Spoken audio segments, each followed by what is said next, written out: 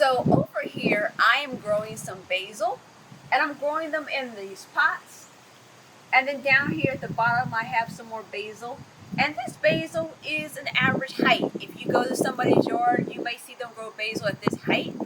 And one thing that's important to know is that the depth of your container determines many times how tall an herb can grow.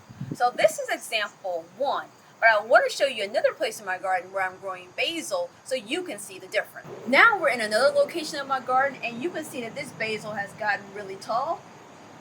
The basil would not have gotten as tall in the previous location because it is in a shallow location, but here you have this really long depth where the roots can grow down and then the container can support it.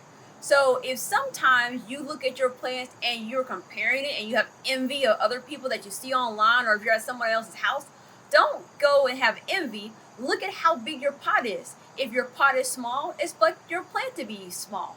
If your pot or container is big, expect that there's a possibility that your plant can get larger.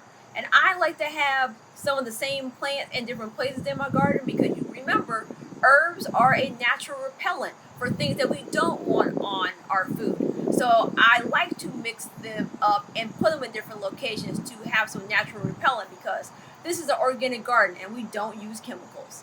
So you want your plants to be bigger, use a bigger container.